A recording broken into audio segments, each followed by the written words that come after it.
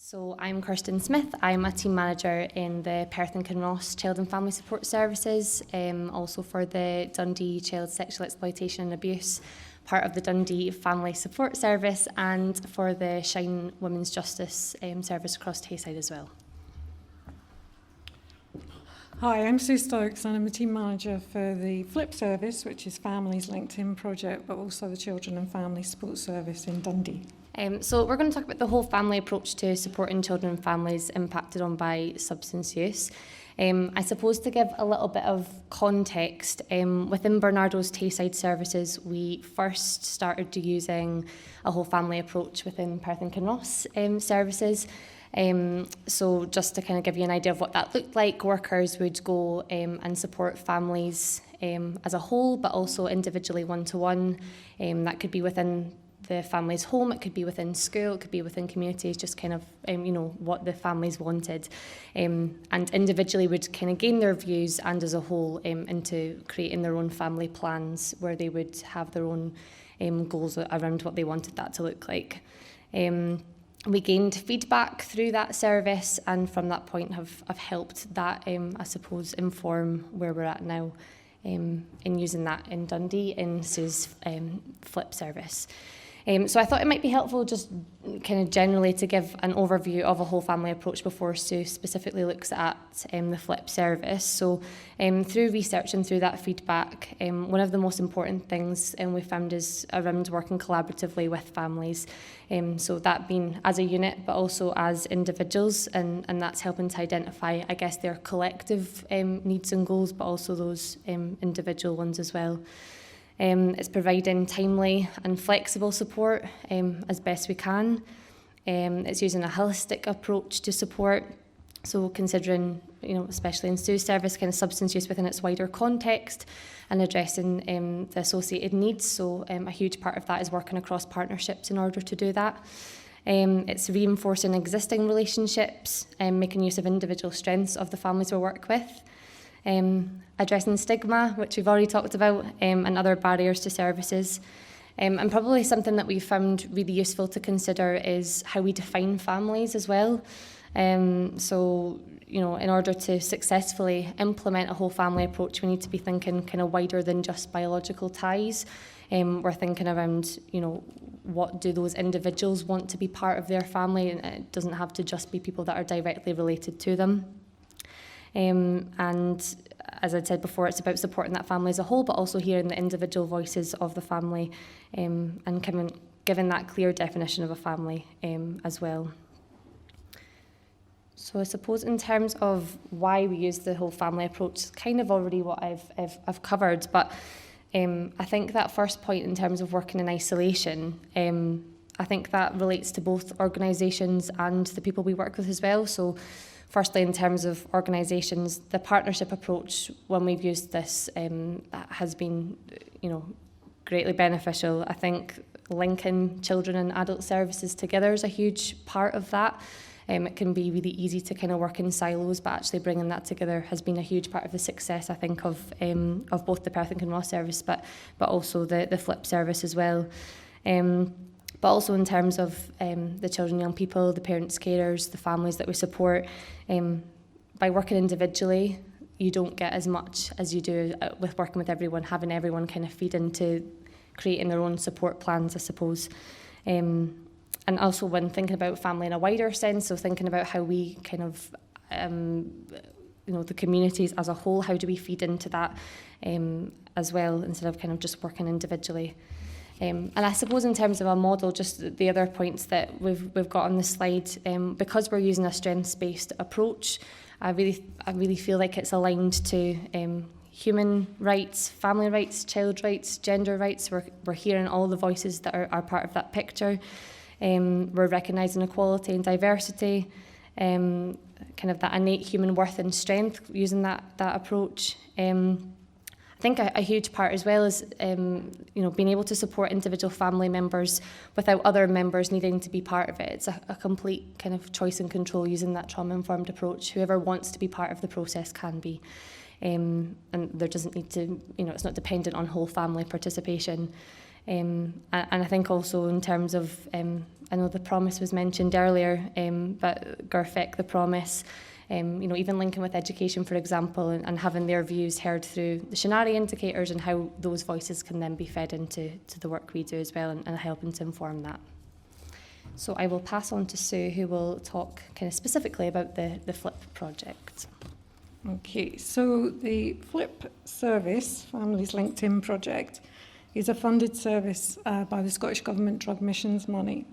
It was 3 years funding. We've just gone into year 2. I'm amazed at how quick year 1 has gone. Huge amount of learning, and as most people, I suppose, here will know in terms of short-term funding, it's the first year can be the hardest. Who are you? What are you? Getting yourself known. What is out there as well existing. It's a 3-way partnership, as the slide shows you.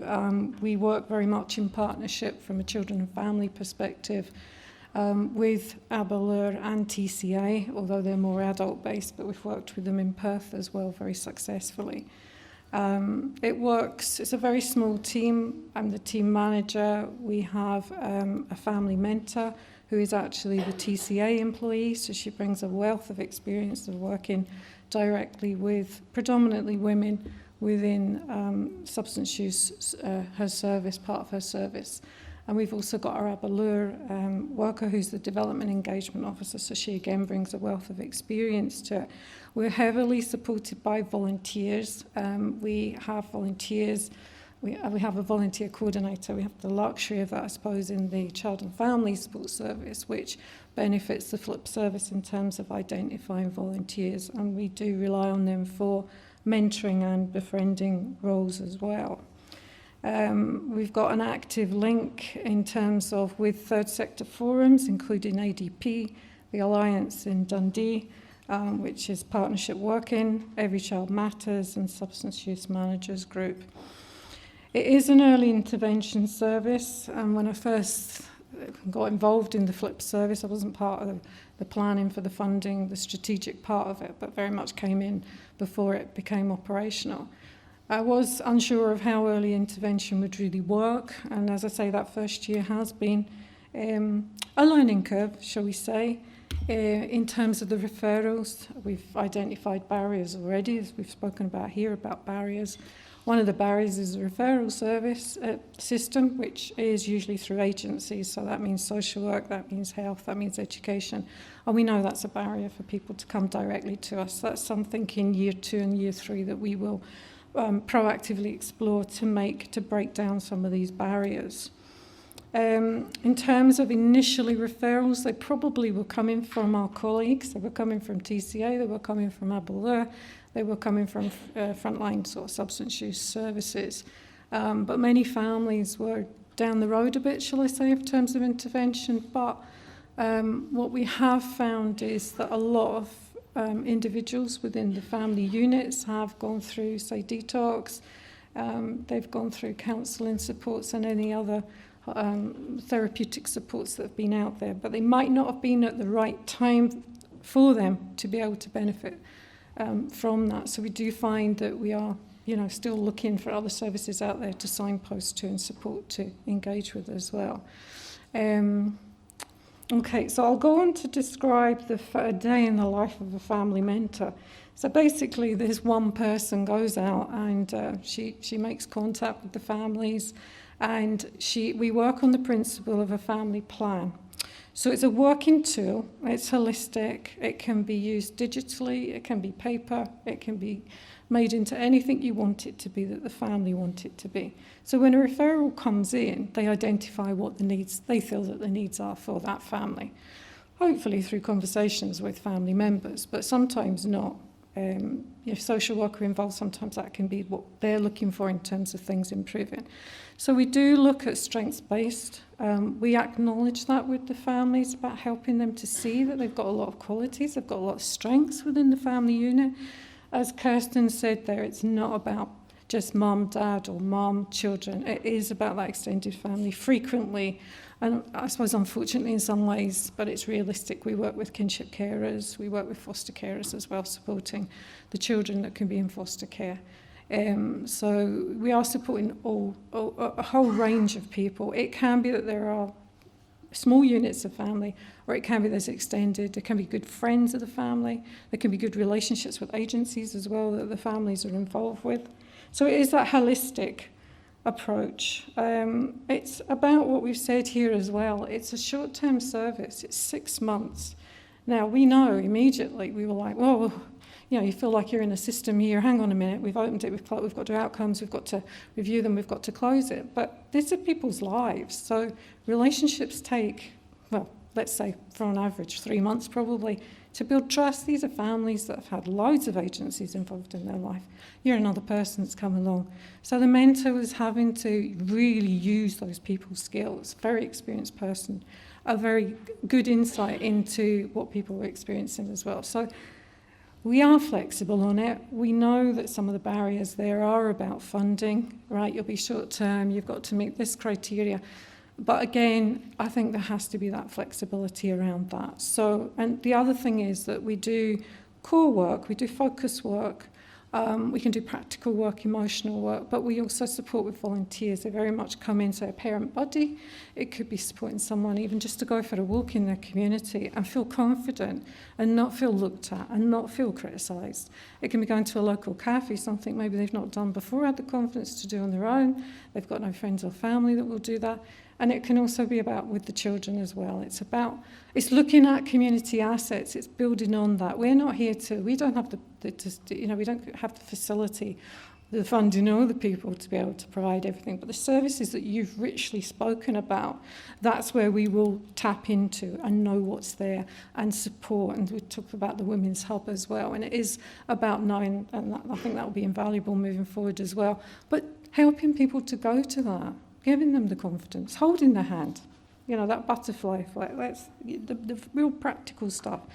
So the mentor does emotional support. What we do find as well is that many of these adults, usually women I have to say, they haven't had very good childhoods themselves in terms of parenting skills. They're limited in their own experiences. And so what we do is we do parenting capacity building in terms of sharing knowledge such as sleep routines, healthy budgeting, healthy diets, that sort of thing, getting out, exercise, well-being, play, very, very important, something some people have never really experienced. So we do come in from that child and family lens. But we do appreciate that we're working with an adult and we're also working with children. We want to bring that together as a family. We do signpost to other services. It can be counselling. It can be in terms of detox. We've just had a woman who has a significant history of substance use, and she has been to detox before, but she's just come out of detox again. Right time for her. It's just something that she has been through before, but she feels much more in a position to go through that. She has come through that. We're in there supporting her, like I've said, going out for a wee coffee with her, what she wants to do. Does she want to get involved in something? She's mentioned something about going to yoga or something like that. Fine, that's not an issue. We'll support you with that. But also supporting her child as well, who's obviously been impacted by substance use, and supporting his mum and often being a young carer as well. So, but again, we know there's other organisations out there that will provide young carers groups. So it's not about us doing all of it. It is about doing a piece of work and intervention, but it is about signposting as well. Advocacy as well, informal advocacy, I have to say, we often find ourselves supporting. We try to operate in multi-agency, again, not working in a silo, because you can't work like that. That doesn't work. So it is about sort of supporting parents to go to Team Around the Child. Really daunting for some parents. Child protection case conferences, absolutely daunting. So again, it is about supporting people and making sure that they're heard and making sure that the child is heard too and they're being listened to. So that's very much part of that job. In terms of development, an engagement officer, her role has been to seek views of families in the broadest sense. Again, so that's all members of the family that have been impacted by substance use. It is to influence our service, but it's also to influence wider services too. As I said, we're a tripartite agreement, partnership, so we regularly meet operationally and strategically, and then that information is cascaded and shared within the forums such as the ADP as well. It is about co-development, co-production. Again, one of the barriers of that is what is true co-production, what's true co-development. You have to put a bid forward, so you have to have a framework of some description. How do you retrospectively look at that in terms of the feedback, the evaluation that you're getting? So again, that is some of the challenges that we have found as well. Groups, one of the biggest challenges I think our development engagement officers found is trying to get into the schools. I don't know if that's relevant elsewhere. Primary schools usually welcome us. High schools, it's a bit more challenging, and I know there's reasons for that. But that is where a lot of young people are experiencing drugs. That is where they're using. That's where they're coming together with their peers. So we have taken a year, but we've got a presence, a space in one of the local high schools. So that is allowing the groups, young people coming along to some groups and developing that into peer groups. It's also allowing the volunteer coordinator to go in and look at young volunteers who would want to support their fellow colleagues. Awareness raising, you think we were charging to go in and talk about substance uses. We find it with our child sexual exploitation service too. We're not. We're going in to offer to complement a lot of teachers in terms of the curriculum. It's something they have to teach in terms of substance use, but a lot of them don't have that experience, so we do offer. That is what the development worker does as well. That again comes with its challenges, but as I say, that year has been a huge learning curve, hasn't it, really? And you only feel now that you're really getting to it. Now what are we, year 2? Or quickly we'll be at year 3. So I do appreciate all the other services that are short funded, time limited funding as well. I suppose a lot of what we've spoken about between the two of us also covers this as well. There's a lot of words on that PowerPoint there. So thank you anyway.